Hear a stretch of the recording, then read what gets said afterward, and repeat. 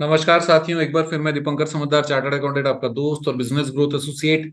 साहूकारी licence मतलब money lending licence, इस चीज को समझ लेते हैं कि ये होता क्या है, किसको मिलेगा, कब मिलेगा, क्या करने से मिलेगा और कहां पर डॉक्यूमेंट जमा करने पड़ेंगे और प्रोसेस क्या है। सबसे पहली बात ये कि साहूकारी का मतलब होता है कि जो इंडिविजुअल, नॉर्मली पुराने जमाने में क्या होता था, जो इंडिविजुअल लोग होते थे वो खुद ही साहूकार होते थे। उस समय कोई कंपनी का सिस्टम नहीं था, फर्म का सिस्टम नहीं था। वो आराम से एक बक्सा लेकर बैठता था और वहां से पैसा देता था और बही खाते में लिखवाता था, फिर उस पर ब्याज लेता चला जाता था। अब लेकिन क्या हो गया, वहां पर खून चूसने वाला बहुत ज्यादा केसेस होने लगे। इसका मतलब है कि पुश्तों दर पुश्तों तक लोग ब्याज चुकाते चले आ रहे थे। इसी कारण देश को लगा आजाद होने के बाद कि भाई इसको अगर हम लोग रेगुलेट नहीं किए तो फिर लोग और ज्यादा मरेंगे, क्योंकि गरीबी इंडिया में बहुत ज्यादा, डेवलपिंग कंट्री है, सबको पैसे की जरूरत लगातार पड़ती रहती है। ठीक है, तो फिर अब क्या किया जाए, तो ये साहूकारी का एक्ट लाया गया, मनी लेंडिंग एक्ट लाया गया। आरबीआई ने इसको लाया और लाने के बाद में फिर हर स्टेट को बोला कि ये मॉडल एक्ट है, इसी के अनुसार आप अपने स्टेट में लागू करिए, क्योंकि हर स्टेट में वहां का जो इकोनॉमिक्स है, वहां का जो इकोनॉमी है, ये बहुत डिफरेंट है। कहीं पर बहुत ज्यादा अमीर लोग हैं, कहीं पर बिजनेस क्लास है, कहीं पर नौकरी वाले हैं। तो हर स्टेट को यह अधिकार दिया गया कि आप खुद डिसाइड करो कि क्या करना है। तो फिर मैक्सिमम स्टेट ने क्या किया, एज इट इज आरबीआई का कॉपी तो कर लिया, लेकिन उसमें मैक्सिमम इंटरेस्ट रेट कितना होना चाहिए वो उन्होंने लगाया नहीं। कुछ स्टेट ने बोला कि 18% ही ब्याज आप ले सकते हो साल का, कुछ स्टेट ने कुछ गाइडेंस दिया लेकिन क्लियर नहीं किया। इस तरीके से हर स्टेट ने अपने हिसाब से रूल्स लगाया। तो फिर अब डिसाइड ये होता है कि भाई जब नियमानुसार हो गया है तो फिर उसको, जो लाइसेंस के अगेंस्ट में नहीं दे रहा है, बिना लाइसेंस के लोन दे रहा है, उसका क्या किया जाए। उसको सीधा सीधा उसको लॉ में ही उसको गलत बता दिया गया। इसका मतलब है कि इलीगल बता दिया गया। अगर आपने बिना लाइसेंस के धंधा कर रहे हो तो फिर वो पैसा वसूल करने का अधिकार ही खत्म हो जाता है। अगर आप कोर्ट में जाओगे आप जीत नहीं पाओगे।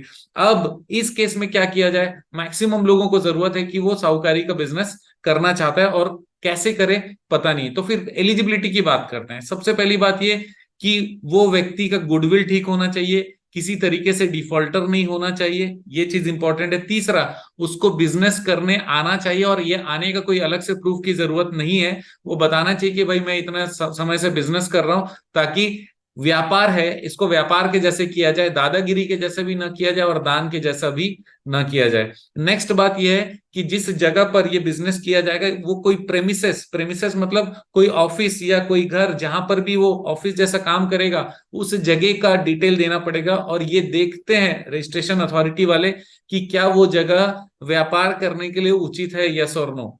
नेक्स्ट सबसे इंपॉर्टेंट पॉइंट ये है कि गवर्नमेंट ये चेक करती है, जो रजिस्ट्रिंग अथॉरिटी ये चेक करता है कि इस व्यक्ति को लाइसेंस अगर दिया गया तो ये जनता के हित में होगा या नहीं होगा। अगर नहीं होगा तो फिर नहीं दिया जाएगा, होगा तो फिर वो दिया जाएगा। और ये होगा और नहीं होगा कौन डिसाइड करेगा, वो खुद रजिस्ट्रिंग अथॉरिटी और उसके जो भी गाइडलाइन या संभावनाएं या ओपिनियन या एक्सपीरियंस होगा उसके बेसिस पे वो डिसाइड करने वाला है। ये हो गया एलिजिबिलिटी। दूसरा, अब ये होगा कैसे।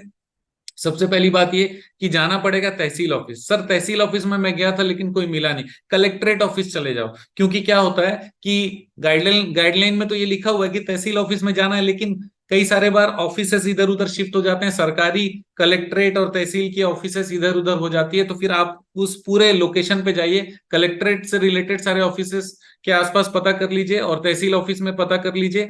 और जहां पर भी रजिस्टरिंग अथॉरिटी बैठेगा, जरूरी नहीं कि वो केवल मनी लेंडिंग का रजिस्टरिंग अथॉरिटी हो सकता है किसी और चीज का रजिस्टरिंग अथॉरिटी होगा और साथ में उसको एडिशनल चार्ज मिला होगा।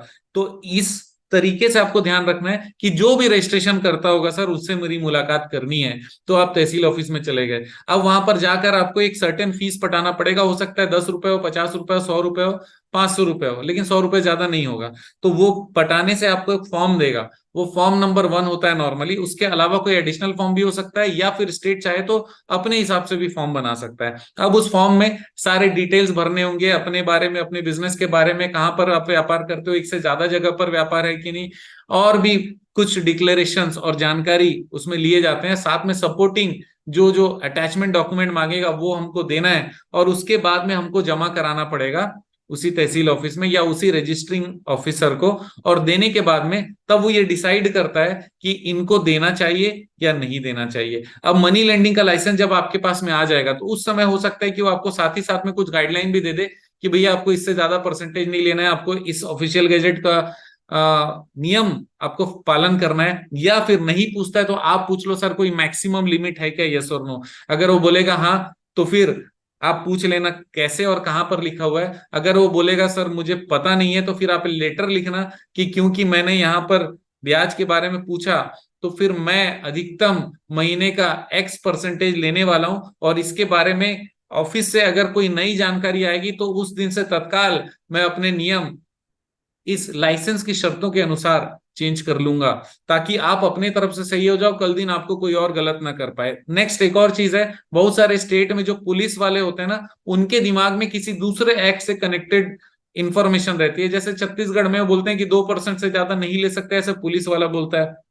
अब पुलिस वाला बोलता है तो जब भी कोई 2% से ज्यादा लेता है उसको पकड़ के बैठा लेते हैं। अब वो कोर्ट से समझते और समझदारी में टाइम लग जाता है। इसी कारण छत्तीसगढ़ वालों को हम ये कहते हैं कि भैया आप 2% से ज्यादा मत लेना, क्योंकि आपका समय खराब नहीं होना चाहिए। तो आप लोकल अथॉरिटी भी चेक कर लो, आपका लाइसेंसिंग अथॉरिटी भी चेक कर लो, ये दोनों चीजों को मर्ज करके देख लो कौन सा सुविधा और पॉसिबल आसान रहेगा आपके लिए। तो इस तरीके से आप लाइसेंस ले सकते हो। अब लाइसेंस लेने के बाद में उस पे व्यापार कैसे करना है? सर ये व्यापार तो बहुत सिंपल है, पैसा दो, ब्याज लो, कहीं लिखवा लो, कहीं साइन करा लो, स्टैम्प पेपर कर लो। लेकिन क्या आप इसको व्यवस्थित करना चाहते हो? यस और नो। अगर हाँ, अगर आप व्यवस्थित करना चाहते हो तो तुरंत हमारे दिए गए नंबर पे आप संपर्क कर सकते हो, क्योंकि हमारी ऑनलाइन ट्रेनिंग आप घर पे बैठ के अपनी सुविधा से आप जारी रख सकते हो और अपना बिजनेस सुचारू रूप से सिस्टमेटिक चला सकते हो, जिसमें कुछ इंपॉर्टेंट फॉर्मेट्स हम लोग फ्री ऑफ कॉस्ट देते हैं, और उसके अलावा भी आपको जो भी मदद चाहिए आप हमसे पूछ सकेंगे, और अनलिमिटेड प्रश्नों के उत्तर हम आपको उस ऑनलाइन ट्रेनिंग में भी देते हैं। ये आपकी जानकारी, आपकी सुविधा के लिए।